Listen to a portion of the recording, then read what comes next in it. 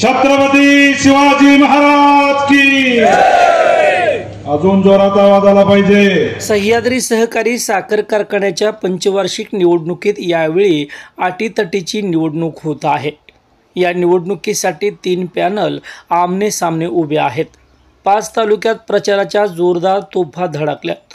सत्ताधारी पीडी पाटील पॅनलचं नेतृत्व माजी सहकार मंत्री बाळासाहेब पाटील करत आहेत, तर स्वर्गीय यशवंतराव चव्हाण परिवर्तन पॅनलचं नेतृत्व कराड उत्तरचे विद्यमान आमदार मनोज घोरपडे यांच्याकडे आहे।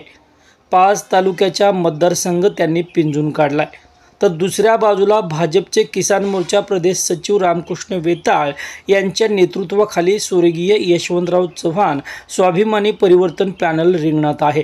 भाजपचे जिल्हाध्यक्ष धैर्यशील कदम यांची साथ व काँग्रेसचा अंतर्गत पाठिंबा यामुळे पॅनलमध्ये रस्सीखेच निर्माण झाली।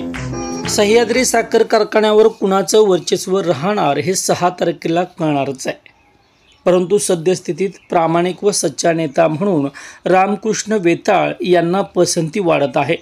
रामकृष्ण वेताळ स्वतः सभासद नसले तरी वाढती लोकप्रियता या निवडणुकीत विचाराधीन ठरणार आहे हे नक्की।